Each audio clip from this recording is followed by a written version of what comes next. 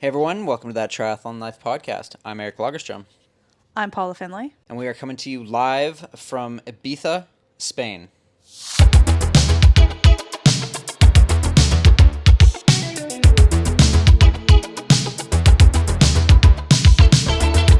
The weather here in Ibiza is absolutely beautiful. It's sunny, there's people on the beach. This is the last week of club season, so it's kind of hopping. We had a great time last night trying to fall asleep while there was a cover band doing AC/DC right outside the window. It's a vibe. The sidewalks are packed with people, and they're on this slippery concrete stuff where your shoes just don't grip to it. So I would jump to the road, and then you're gonna get hit by a car for sure. When the race course is set, then you're dialed. It's just mayhem while you're trying to compete with the taxis and the clubbing and all the things.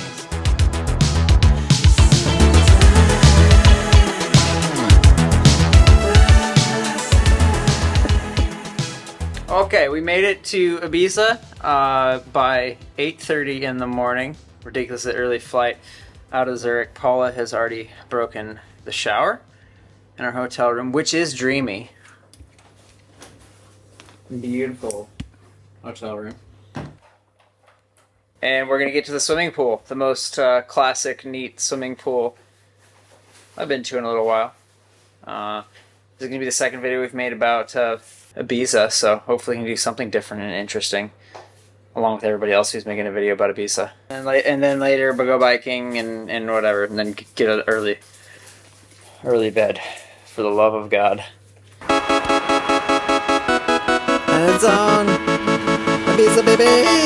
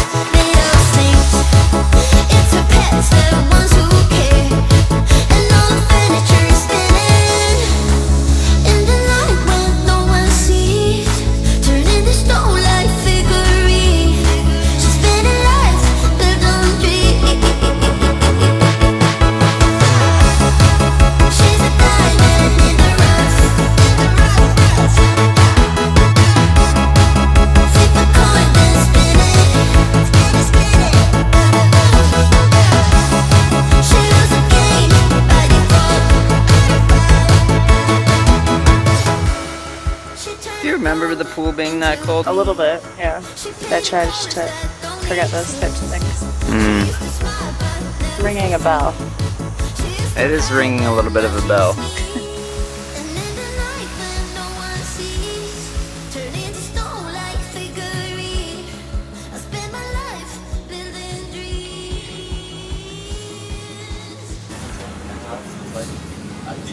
Okay, that's promising. I think it's the only good coffee in the hunt in all of Ibiza. Really?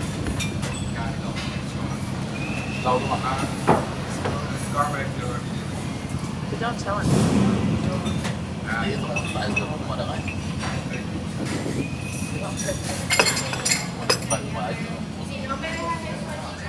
Oh, well that is a relief.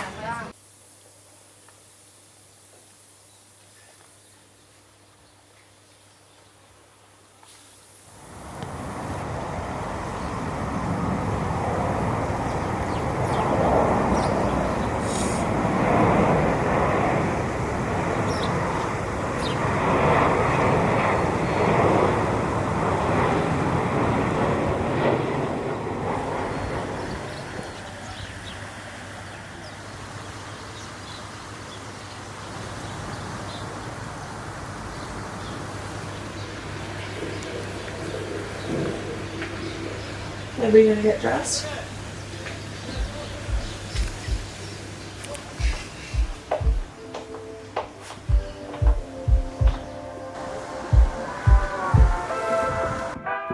Thank you.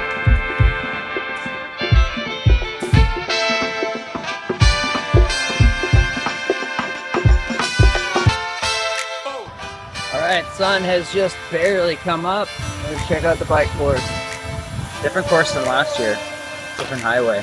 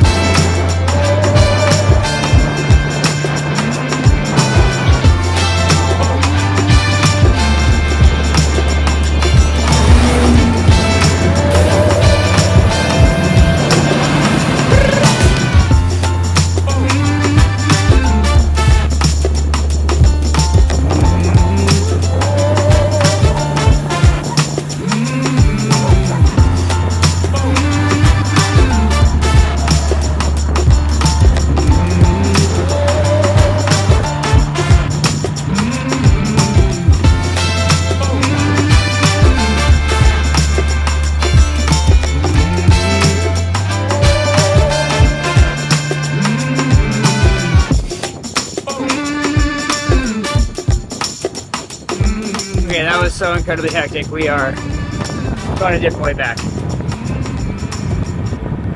Just picked this squiggly road on the map.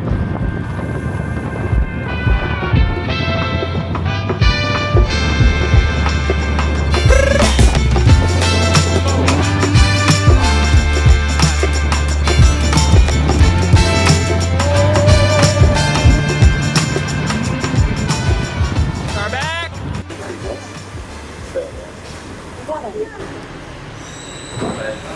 Okay, this is not wide. That's fine. Thank you. You're very welcome.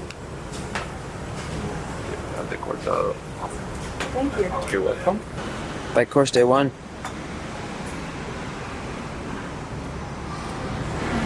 It's gonna be really windy.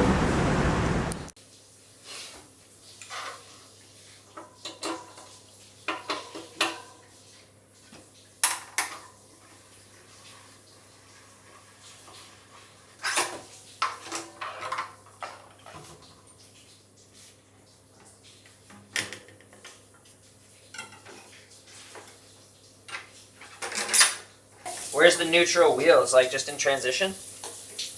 I don't know. So we have a front 858, rear 454 in neutral. Yeah, I mean, it's Cool. fine, right? Yep.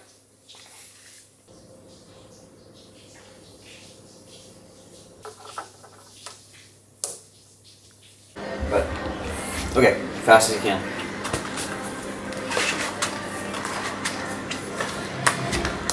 Not fast. Not fast. Like, it doesn't seem like significantly slower than the other ones, though. Like, that seemed way faster than I thought it was that you were going to be. I'll take the bike. I'll take these. Sure.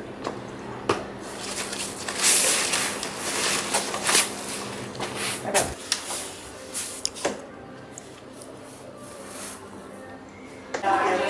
What way do you think it's gonna be? Do you have a preference of Uranus? Probably down there. Down here? Yeah, probably, you know.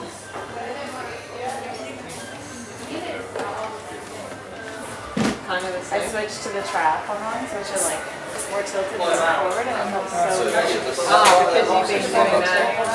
Yeah, how you get used to the slowest stuff. Yeah. It's like 10 degrees left tilted. Like this is probably slower, but Oh yeah, because what's the rule? It's that above your. yeah, your tip. It's like goes from the middle. Oh yeah, here. 15 centimeters. Yeah, something like that. Yeah, I remember having to do it. Yeah, yeah, yeah, yeah. And they say, oh,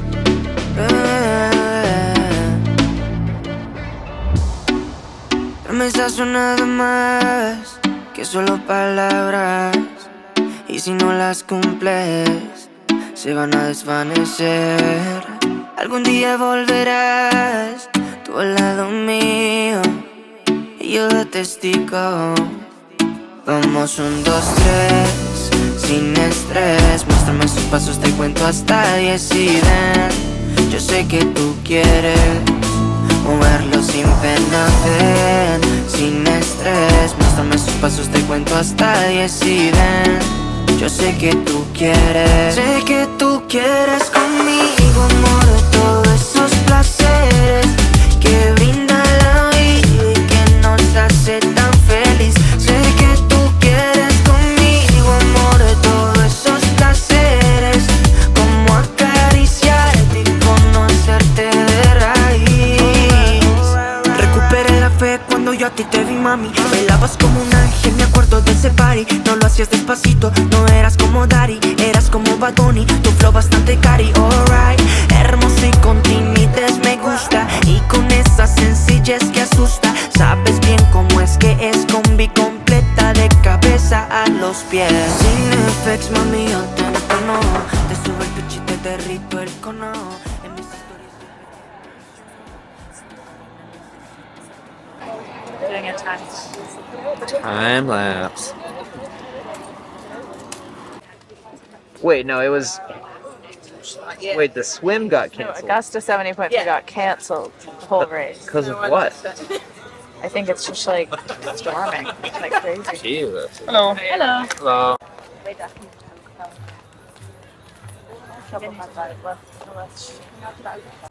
How's that time lapse going? So far, so good. There's even a boat in it. It's gonna be sick.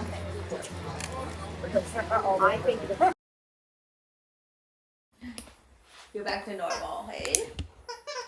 Back to normal. Back to normal. Still like stretch.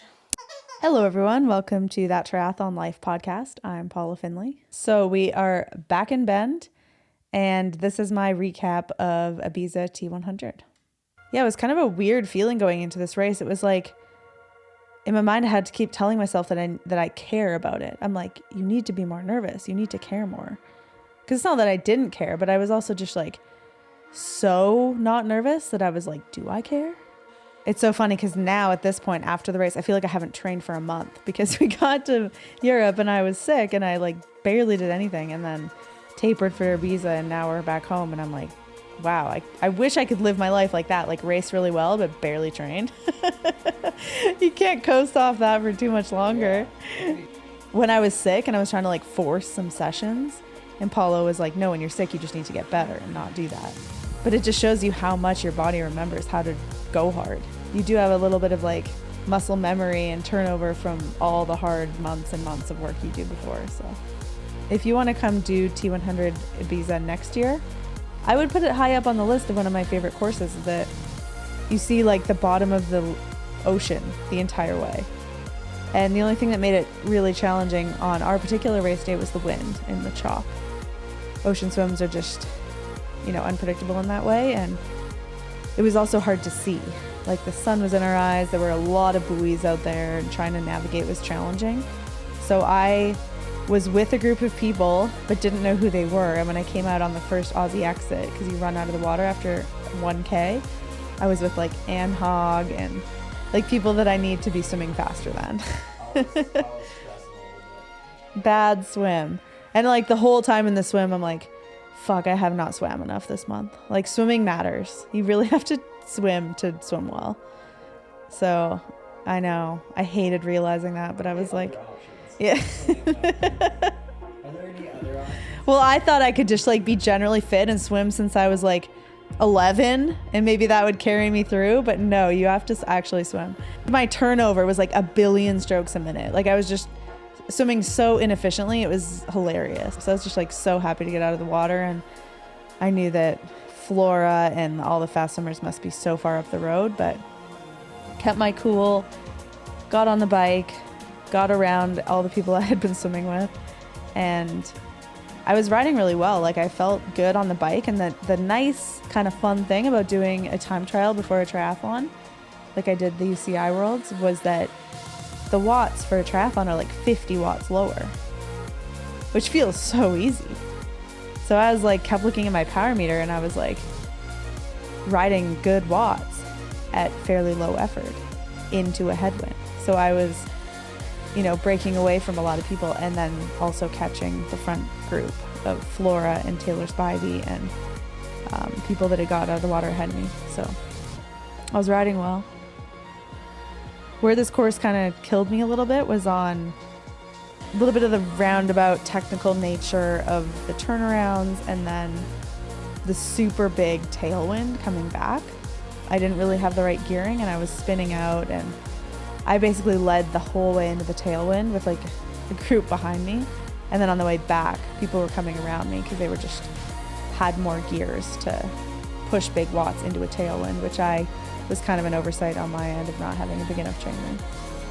I mean, all the boys were like upgrading their chain rings for this race, like getting 60s and 68s shipped in from their sponsors, and Eric was making fun of them, thinking this is so unnecessary. And then I, on race day, didn't have big enough chain rings. So yeah, I could see on the out and backs, we were like holding the gap to India Lee, who was in second. I was riding with like Imogen Simmons and Lucy Byram, who were both really good on the bike. So yeah, it was a good little group, and I knew that Ashley was coming up behind us, and Emma was behind us, and Flora was behind us, and Anne Hogg was not that far back. So when I went onto the run in about 5th or 6th with those 4 behind me, I'm like, this is what I don't like about T100. I'm having a good race, and I'm going to come 10th because those 4 are going to run past me.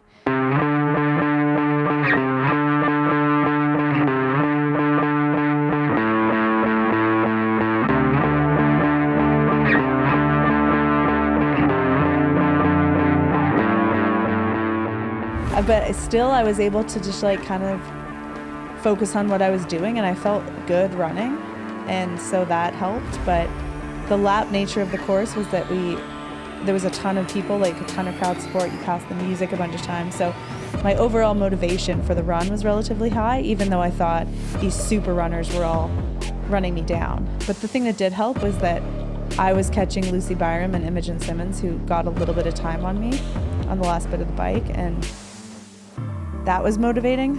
So at one point I'd run up to 4th, and that was before Ashley had come up, and I was putting a bit of time into Emma Pallant. So like all these things were happening that were kind of positive and trending in the right way. So that kind of helped me stay in it and stay motivated. And a 7-lap course can be really challenging if you're not in it, because it feels like an eternity if you're having a rough day. I don't know. There's so many factors. The travel, everyone's coming from different parts of the world. Yes, the taper, the heat, the conditions, how hard the bike was for that person relative to other people. There's so many things. But to be completely honest, in the last year or 2 years, I haven't really had a triathlon where I've just felt so off that I'm way back. Like some days I feel better than others, but I'm kind of consistently top 5 in races. Yeah, well, up until the very end, I thought Anne was going to catch me, and then at the point of the last couple laps, it became just a my own game of like, can I beat Anne Hogg and not let her run me down? And no one else cared about that. We were running for like 5th place.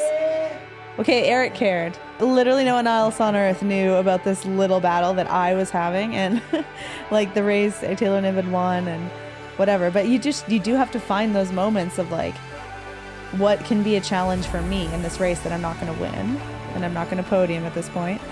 What is the best result I can get? And if I fight a little harder, can I finish 1 spot higher? And I'm proud that I didn't just like accept that she was going to pass me, and I did really fight for it, and it ended up being like, I don't know, 20 seconds in the end that she was running me down. So yeah, I managed to hold her off and finished 5th, but it wasn't about coming 5th or coming 6th. Like, who cares at that point? It's $1,000 difference, I guess, if you're thinking about money. But it was more just about, like, how will I cross the line feeling like I did my absolute best? And that's how I did it.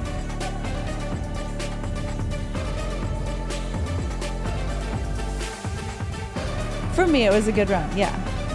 And I attribute a lot of that to just, like, not giving up, staying in the moment, wearing really fast shoes, enjoying the crowd support and the music. Like, every time I passed the finish line, the music was so good. Honestly, I've been a little sour about T100 racing all year because I just haven't enjoyed it, but I did actually enjoy this race, like, at certain points. Yes, it was, like, one of the hardest races of the year that I've done, but it never, at any point in the race, did I think I want to stop, So I don't know, I think a lot of that has to do with just my attitude heading into it, of just being more chill, being like, this is just another race. Nobody cares how I finish. Or just telling myself that helps a lot. And yes, there were so many factors that made it easier to do that. I was like, I had a good race in Beijing, I had a decent time trial, I get to go home tomorrow, just get this done. That helped with like the low stress feel of it, but it makes the whole week more enjoyable. And I actually thought to myself as I was like in race week, you can choose to make it not stressful.